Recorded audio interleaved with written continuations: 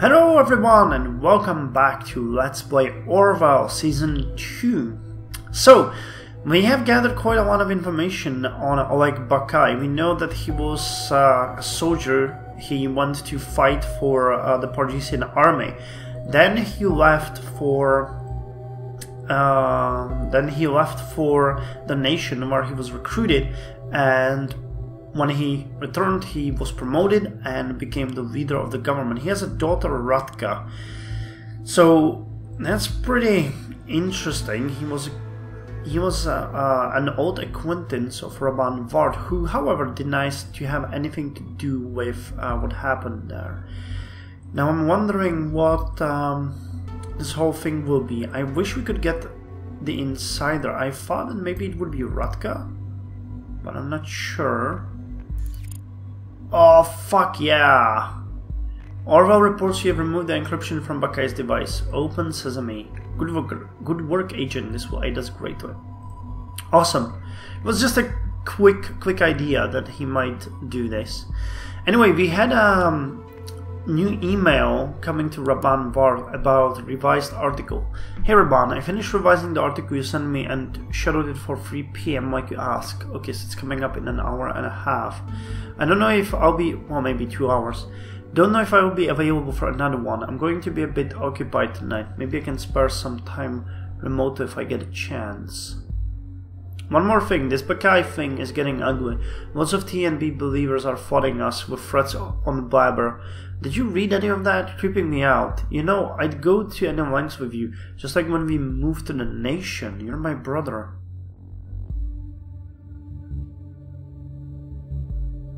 So he has a brother. Nothing can change that. It's even fine if you're not telling me the whole truth. What about Karen? They even insulted her. She doesn't deserve to be treated that way. Don't you think it's about time you gave out a statement? You can easily debunk these lists.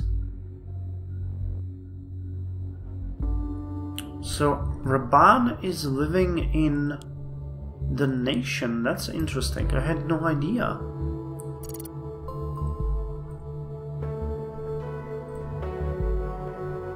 A journey. We said goodbye to our dear home. See you on the other side. It has been about a week since I started journeying from my hometown Prava to the borders of the nation. Together with my brother Ilya, who is the only family that I have left, I decided to seek a new life elsewhere. We have lost everything, our workplaces, our homes, and many of our friends. I even lost my ability to walk. Is he disabled? Oh wow. So it was probably relating to some bombing. This genuinely surprises me. How did that happen? Looks like you are getting your chances to investigate a medical profile, even if it's not your own, like in the aptitude test. The situation in Paris is horrible. I do not and will never understand how people can treat each other like this. This is our home country and we never wanted to leave. But now we have been expelled and could not be more heartbroken to witness what is happening in the country where we spent our childhood, learned, lived and loved. Will life really be the better in the nation? We don't know, especially since the most important national news outlet recently published articles suggesting Parisian refugees to be likely terrorists. All we can currently do is hope that these prejudices are not what the people of the nation stand for. November 18th, 2010. The nation. This is probably a checkpoint. Should the nation want Parisian war escapees into the country? The Bonton Institute for Cultural Research hypothesizes on the likelihoods of rise of terror attack due to the new wave of refugees coming from Paris. Recent reports published by the Bonton Institute for Cultural Research stated that the likelihood of terrorist attacks have been statistically proven to increase by approximately 10% if the number of refugees from war-torn countries rises above 300,000 per year. Since the 2008 terror incident in the nation, which was executed by terrorists mainly of Parisian origin, the issue of accepting refugees from Paris has become more and more controversial. The government of the nation has since increased regulations for crossing the Parisian national border and established several refugee camps throughout the nation in order to oversee and administer the refugee fluctuation with more visibility. Activists criticize this practice as inhumane, while government officials assure that the camps provide a perfectly safe space for refugees from Paris. Okay. So here's the entry. Central Medical Database. Lawrence Fitzgerald. February 11, 2011. So that's about January 27th. And this is February 11th. Okay, so this is when it happened. Date of birth August 15th, 1972. Currently residing in Outer Bonton reception camp. Wait, no, that's an outdated address. Holy crap. The most severe symptoms described by the patient are pain and stinging in the lower back area, as well as tingling and occasional complete loss of sensation in the legs. The patient reacts extremely aggressively upon questioning about his condition and is very reticent regarding the exact description of the event that led to his injury. The patient is accompanied by his brother, Mr. Ilya Vard, who offered a more detailed description, stating that Rabanne had been buried by concrete blocks for at least 24 hours following the bombing of a school building in his hometown, Prava. So he was in the school when it happened. Was buried and he survived this. A detailed examination of the patient's legs revealed that there is no reaction to any sensation of touch, heat or cold whatsoever. An examination of the lungs also showed difficulty of breathing and frequent coughing. The patient is not able to walk on his own and is currently being supported by his younger brother.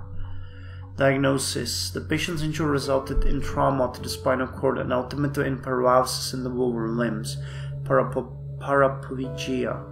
The respiratory infection due to weak chest and abdominal muscles is also suspected. Since the patient's condition results in incapability of him moving independently, a request to Bonton Reception Camp Administration for financing of a manual wheelchair for the patient has been filed.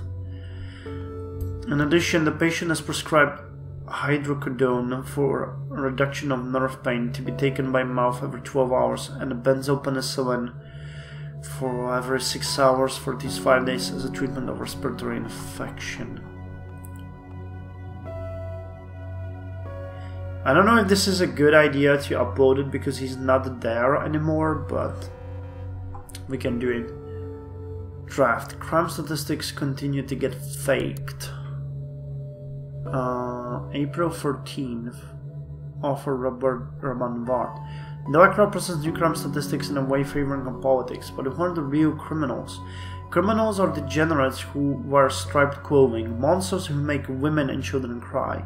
They are predominantly male, usually foreign, and present a danger to the public. Thus, they must be isolated and locked away, or so goes the cliche and has been hammered into the public consciousness of the nation. Okay, let's look at the news of the secondary school. December 2009. Okay, let's take it from the bottom. The school administration is proud to announce this year's winner of the annual math contest, Nikki Benton. She achieved excellent results in both trigonometry and stochastic theory. Okay, I don't know what stochastic theory is. Anyone know? Care to explain? I would like to educate myself. And we are very happy to award her with the Prava Math Scholarship, which includes participation in the worldwide math contest in Bonton. Prava Secondary now offering child daycare. School attendance of many pupils have recently been decreasing. Many teenagers are needed at home by their families to look after younger siblings or to make up for missing parents who fight in the ongoing war.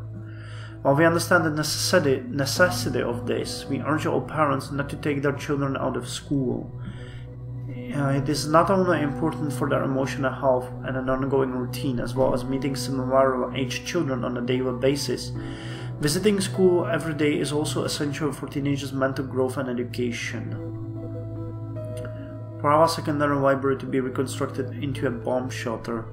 Due to current events related to the war, the school's administration has now decided to provide a protective hideout from combat activities by upgrading our library to a completely autonomous shelter situated in the basement of the school. Since it lies a few feet underground, it is an appropriate shelter against the horrors of the war that your children should never be exposed to. We will continuously do our best to provide a safe space for children and families.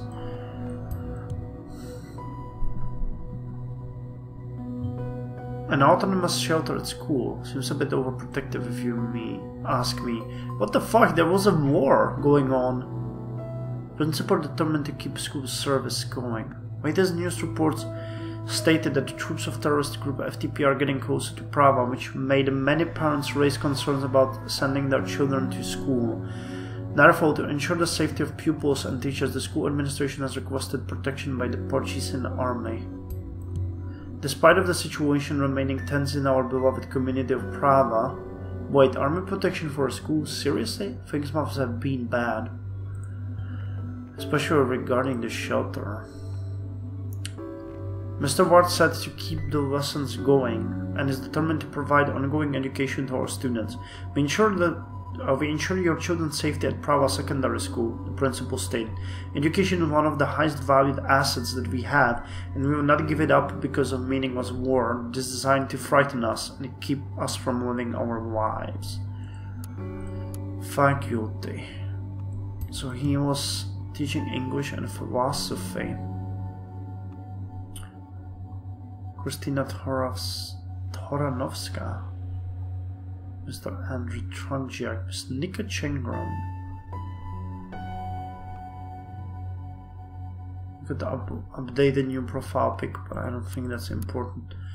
Our school, Prava Secondary School Philosophy. That was a really nice building. The mission of Prava Secondary School is to prepare our students to become independent learners with the mindset, skill, and abilities necessary for lifelong success. This requires student-centered learning supported by educators, families, and our community. Please find our school records at Prava Secondary. Please insert a date. I don't think we have...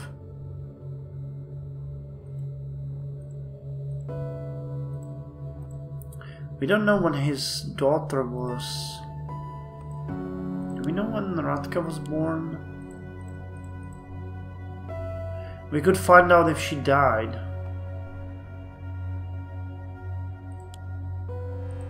I think if we put in this date, it's not gonna do anything.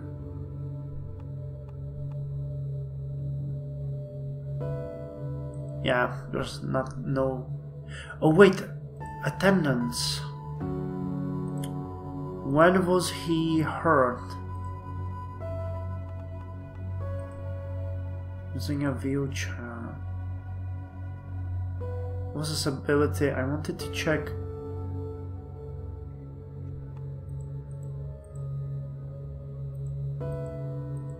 Okay, no information here. I thought that we might check at the day when the school was destroyed.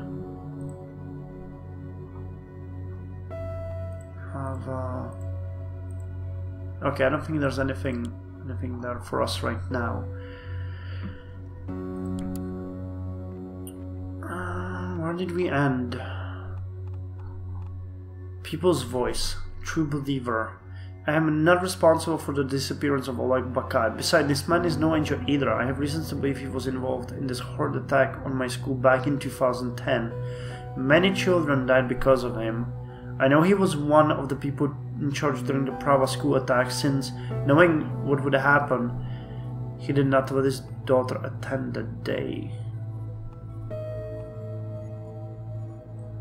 Okay, so this is kinda important. He suspects that Oleg had something to do, and he lost the ability to walk that day.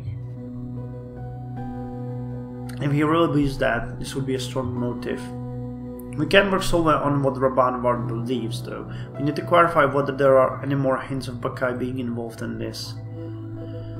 Never would have thought you'd go this far. I always knew you were crazy, but kidnapping a soldier just to get some PR for your dumb bug is completely mad. Oh, he answered to that. An unsung hero that you need to know about. My brother is a hero, and this article will prove it to you. We have not been maintaining this blog for a while. I would not now like to renew it by telling his story.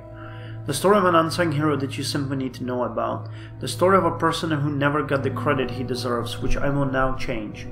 It is the story of my brother Rabanne, who wrote most of the previous articles for his blog. Rabanne has told you about our long and troublesome journey from Pargis to the nation, about how he had to live in a refugee camp for an inhumane long time under terrible conditions, and about why we had to leave our beloved hometown. You, my dear readers, have in a way been on this journey with us, but he has never told you about the fact that he lost his ability to walk during the terrible events in Pargis. He has not told you about why he had made this sacrifice and what a true hero he really is. Rabanne is not a man who likes to share his personal stories, but I have decided that it is time. Especially if you are a reader from our home country Pargis, you ought to know this about my brother. The incident that finally forced us to leave Pargis was a tragedy, especially in the eyes of my brother. Prava Secondary, the school that Rabanne was teaching at, and had in fact helped to build with his own two hands, was bombed to the ground. A place of learning, a place of safety, a place that Rabanne has always offered the Pargisian children the opportunity of a good education, was nothing more than smoldering rubble. During the bombing, most of the children from Rabanne's 6th grade class had been trapped in the school garden shed, as they had not been able to make it to the safety of the library, which they had been using as a bomb shelter. Against what everyone told him to do, Rabanne ran out to the shed and saved these children from certain death in this hellish attack. He did not rest until every one of them was safe in the library. Without his brave escort, they would not have made it to the shelter, where they were able to wait in safety until the bombing was finally over. The shed was destroyed only minutes later, but Rabanne himself, he had not made it safely back before the bombs dropped. He was buried under rubble for almost a day, clinging to his bare life until we finally discovered him. But he had paid a high price, his ability to walk. I cannot tell you how much I admire my brother for so much bravery. And although I know that he would never have permitted me to write this article, I've decided that you, the reader, simply need to know about this. Okay, so if this is true, I'm starting to feel that this guy is not the one we are supposed to know. He might be a loon, but saving others while risking his own life. Now I see why his followers treat him almost like a religious figure. Well, Agent, I think it has been clear already that Rabanne is only a shadow of his former self. His actions today are what matters. That is true, but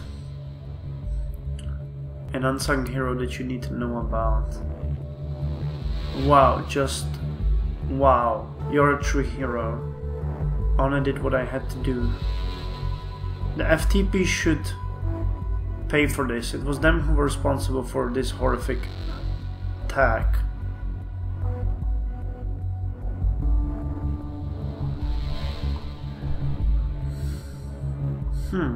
No, it was not the FTP. The National Beholder is nothing but a lying, manipulative brainwashing machine. In reality, it was the military bombardment that wounded me.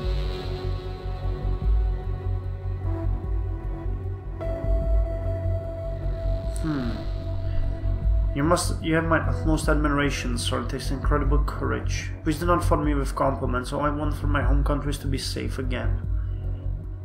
The thing I admire the most about this Pargisian hero from People's Voice, Rabanne, is so incredibly humble about it. He almost seems to not want to talk about it.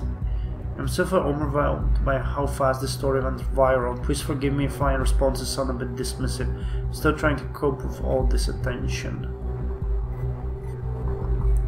Let's check this article. Pargisian school hit by several missiles due to an FTP siege. Secondary school in Western Pargis were bombed by rebel organization. A school in Prava, a village in the Western Pargis, was hit by several missiles on a Monday afternoon. According to an official statement on behalf of the Army of the Nation, the attack was initiated by rebel organization and forces of True Pargis.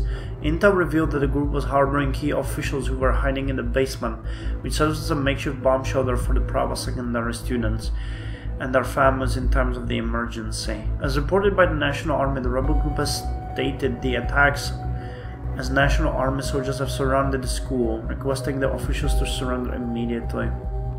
The explosion, which was initiated by the FTP, caused the school's principal, Rabanne, to be buried under concrete and rubble for at least 24 hours.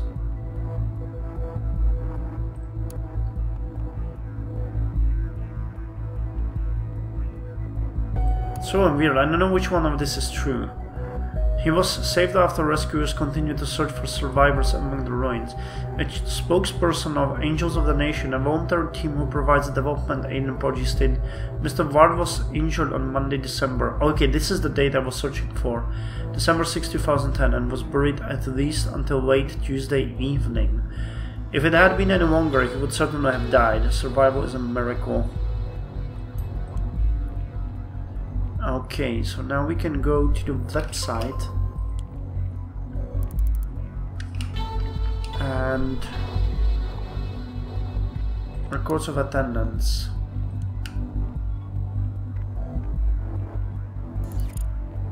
List of attendees. Bakai Radka.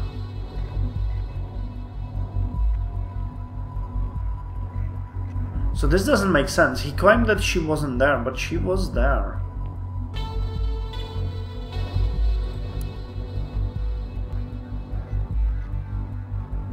So I think either this webpage is lying, and I can't imagine why it would be lying. Where is it? But I would rather trust this. So this means that he got it wrong, and then I would believe rather that it was the FTP who attacked it. Wait a second, if Bakai's daughter was present, then we can be pretty sure that he wasn't involved in the attack. But Ward is her caretaker, he must have been aware, meaning there must be more behind Ward's threat. I would say the same thing.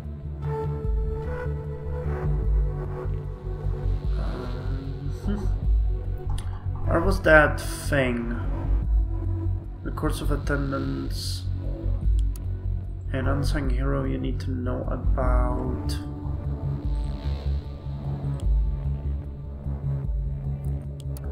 Home.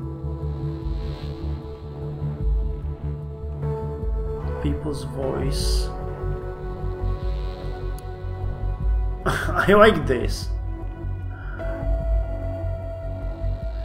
Criminals are degenerates who wear striped clothing.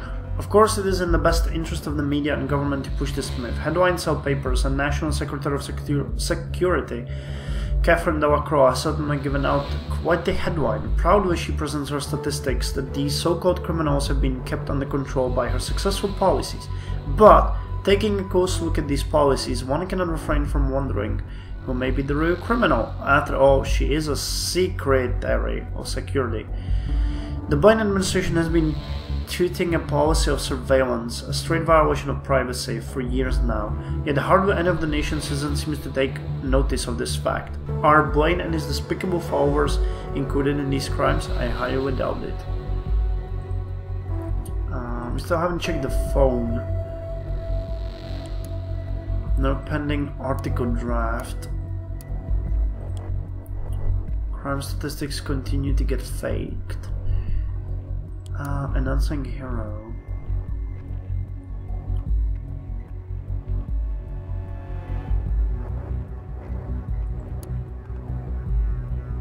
Okay, so this is the correct one.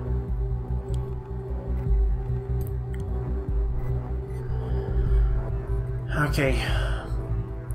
And yet he sympathizes with the FTP. How does that make any sense? Yeah, I know. It's weird, but it's the truth. Or at least that's what I conclude working these files. Okay, that's about all there is, and we can now go check the insider. I would like to see the phone in more details, but we'll leave that for the next episode.